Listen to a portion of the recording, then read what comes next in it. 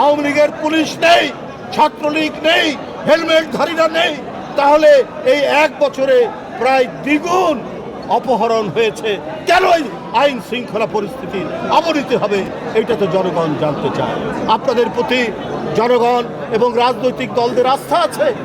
আস্থা থাকার পরেও আপনারা কেন দক্ষতার সাথে, দ্রুততার সাথে, ক্ষিপ্র গতিতে পদক্ষেপ গ্রহণ করতে পারছেন না বলেই আজকে বিভিন্ন জায়গায় দোসরদের প্রেতাত্মারা তারা নামার সুযোগ পাচ্ছে এবং বিদেশেও তারা বিভিন্ন ধরনের অপকর্ম করছে। বন্ধুরা আমার, এই ধরনের নৃশংস সরকার, তার কি আপনারা প্রত্যাবর্তন চান? না। তাহলে এখন থেকেই জনগণকে সাথে নিয়ে আগামী নির্বাচনে কাজ করতে হবে, যে আর যাতে যারা দেশের টাকা আত্মসাৎ করে তাদের কমপক্ষে 20 প্রজন্ম বিদেশে সুখে শান্তিতে থাকতে পারে সেই ব্যবস্থা করেছে।